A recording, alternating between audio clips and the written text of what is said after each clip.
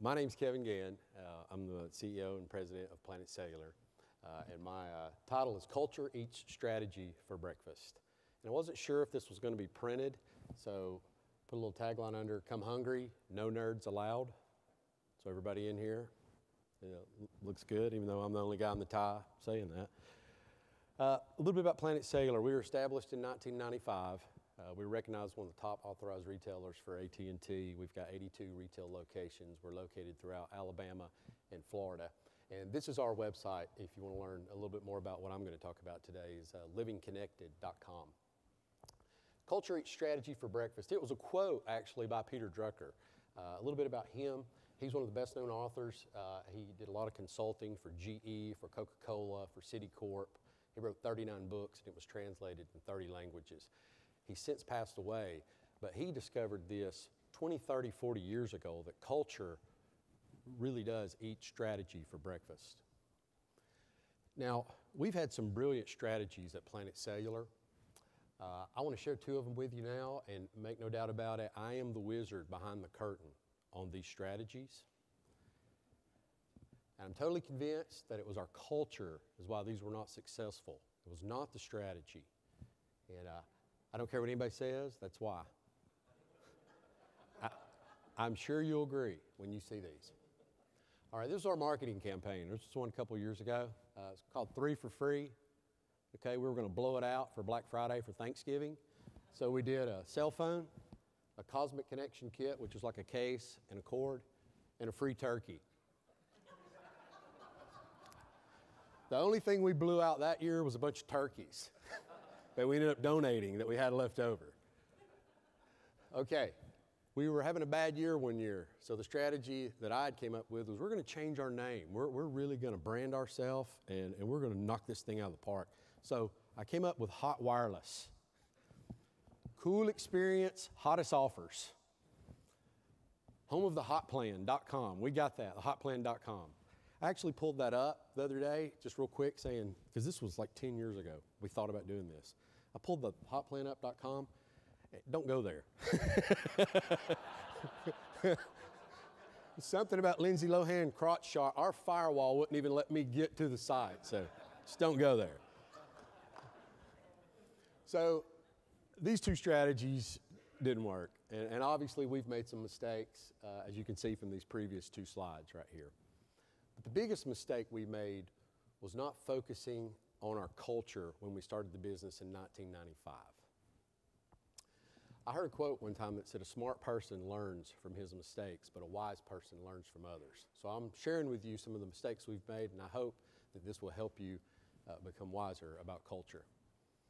So what does that mean anyhow, really? Culture eats strategy for breakfast. No matter how good your strategy is, when it comes down to it, people make the difference. Since people make the difference, your challenge and our challenge is to always have the best culture, to create a culture, cultivate a culture that attracts the best type of people and allows us to keep them. Now, I heard this saying once as well, that ambition without knowledge equals foolishness. I want to tell you just a quick story about the stealth advertising. I told a mentor of mine one time that we want stealth-like advertising. And he was like, okay. And he looked at me. He was relentless on me. He said, do you know what stealth means? I said, well, it means laser-like, zoned in. He said, no, let me put it in a way you would understand it. It means invisible. So I wanted to give you the definition of culture just so we're all on the same page. It's the set of shared attitudes, values, and goals and practices that characterizes an institution or organization. You can get that in the dictionary. The first 5 years of our business, we had the wrong culture. We were focused on a strategy, and that strategy was making money. People were just an end to a mean, money. Our culture, if you've ever seen these movies, they're pretty crazy. Our culture was a lot like Glengarry Glen Ross or Boiler Room. It was slam, bam, out the door, hammer time, man. I made so much cash on that deal, you know, and then we would go out and get it on. So the culture was wearing on me, even though I was the ringleader in all that. You know, I'd wear red pants and a yellow shirt and a gold necklace to the nightclubs, you know. But there was no personal fulfillment in that at all. I was experiencing burnout. I halfway got out of the business, ran a couple other businesses, and considered getting out altogether. But a sea change happened for me, and it was a transformation in my life, and I started to view things differently, and I got re-energized. So the first thing we did was define our purpose. When we started, we decided we're going to change our culture, and the first thing we did was we're going to define our purpose. We're going to ask ourselves, why are we doing this really? Other than providing for our families, why are we doing this? What's our purpose for being in business? You know, we're taught, and most would say, what's the reason for being in business? They would say, the reason for being in business is to make a profit. Well, at Planet, we don't believe that anymore. I want to tell you a little bit about oxygen for just a second. How many of you woke up thinking about oxygen this morning? Anybody? Well, unless you're a nerd, which you're not supposed to be in here, you know, you didn't wake up thinking about oxygen. You know, you woke up thinking about people, to-do list, action items, what you needed to get done that day, reports, meetings, goals, family, those type things. But without oxygen, you would not be alive. And at Planet, we think of profit like we think of oxygen. We don't think about profit when we wake up.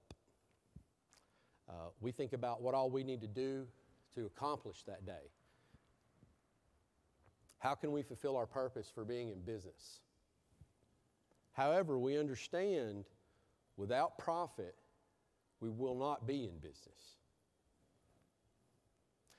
So, here were our goals for defining our purpose. You know, we wanted it to have true meaning to each coworker. We didn't want some long, drawn-out, mumbo-jumbo corporate saying. Have you guys seen those big, long paragraphs? Nobody remembers them, man. Nobody remembers that stuff. We wanted to make sure our purpose was within reach of every person in our company so they could act on it. We didn't want it to be some far-fetched thing. We wanted it to be where it meant something to them and they could act on it. We also wanted to empower them and encourage them to carry it out, and we wanted it to improve their personal life and their professional life, both if they applied our purpose for being in business. Here's our purpose. Planet Sailor's purpose for being in business is improving lives by living connected. Our goal at our company is to get everyone in our organization asking, whoever they're talking with, whether it's a customer, whether it's a banker or whether it's their spouse, you know, what can I connect this person with that will improve their life? That's what we want each one of our people thinking. So when a customer comes in, they're thinking about it, whoever they're speaking with. The second thing we did was we wrote out our principles. You know, ideas in your head are just dreams until you put them on paper, and then you can put an action plan behind them. So you can't just think that, oh, we want to have a good company, and yeah, we're a company with these ideas. You have to write them out. These are our principles here. I'm just going to read a few, but these are on our website if you'd like to see them. But we believe a principal company can thrive in good times and survive in difficult times. We're a company that wants to do the right thing at all times. Towards that end, these are our principles. We've got the honesty principle, trustworthy principle, respectful principle, servant principle. I want to read it to you. Go beyond expectations in working with customers and colleagues. Those who are generous towards others with their talent and skill will prosper. Fairness principle, the growth principle. Learn from your mistakes, seek advice for improvement, and act on it. These are on our website. You can't fake it, though. You can't fake it. Your purpose and your principles have got to come from your heart. If you're the leader of your company or the leader of your group or the leader of a store, if you cut yourself you've got to bleed your purpose and principles. If you go and try to create some nice sayings that don't come from your heart, it will do more damage than you not having them. So the biggest challenge is to always be examining the heart. Vince Lombardi had a great quote, and he said, "You show me a man who belittles another man, and I will show you a man who is not a leader." Heart power is the strength of the Green Bay Packers. Heart power is the strength of your company. Heart power is the strength of the Green Bay Packers. Heart power is the strength of America. And hate power is the weakness of the world. So in summarizing what I wanted to share with you today, our purpose defines our culture at Planet Cellular. Our principles guide our culture at Planet Cellular.